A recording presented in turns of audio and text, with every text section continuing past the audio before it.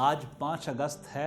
اور یہ دن حکومت پاکستان نے فیصلہ کیا کہ یوم استحصال کے طور منایا جائے، جس کا مقصد یہ ہے کہ مقبوضہ کشمیر کے عوام کے ساتھ جو ظلم اور جبر ہو رہا ہے، اور خصوصاً بھارتی حکومت نے جو غیر آئینی، غیر قانونی اور غیر جمہوری طریقے سے کشمیر کی خصوصی حیثیت کو ختم کرنے کے لیے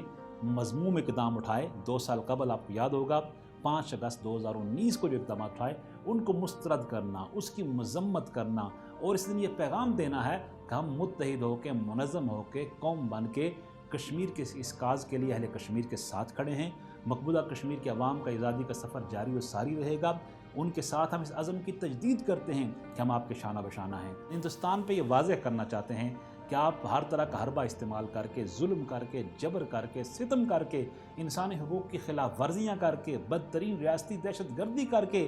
آپ کشمیر کو اپنے ساتھ نہیں رکھ سکے اور اہل کشمیر کو اپنے ساتھ نہیں ملا سکے، تو کیا آپ ایک آئینی دہشت گردی کے ذریعہ سے ان کو ساتھ ملا سکتے ہیں؟ ہرگز نہیں۔ اہل کشمیر نے ثابت کر دیا، وہاں کے پیر و جوان بزرگوں نے، نوجوانوں نے، عفت ماب مائیں بہنیں بیٹیاں اور پس زندہ لیڈرشپ، کل جماعتی حریت کانفرنس کی قیادت، سب نے یہ ثابت کر دیا کہ ہم اپنے حق خود ارادیت کے سفر کو جاری رکھیں گے۔ انشاءاللہ آزادی کے سویرے تک یہ سفر جاری رہے گا۔ اہل کشمیر متحد ہیں، اہل پاکستان ان کے شانہ بشانہ کھڑے ہیں۔ اس موقع پہ ہم عالمی برادری سے یہ کہنا چاہیں گے، ان کے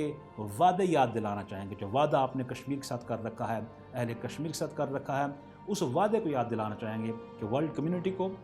اور خاص کر اقوام متحدہ کو اپنی ذمہ داریاں پوری کرنی چاہیے اور مقبوضہ کشمیر کے عوام کو ان کا پیدائشی حق خود ارادیت دلوانے کے لیے اپنا کردار ادا کرنا چاہیے۔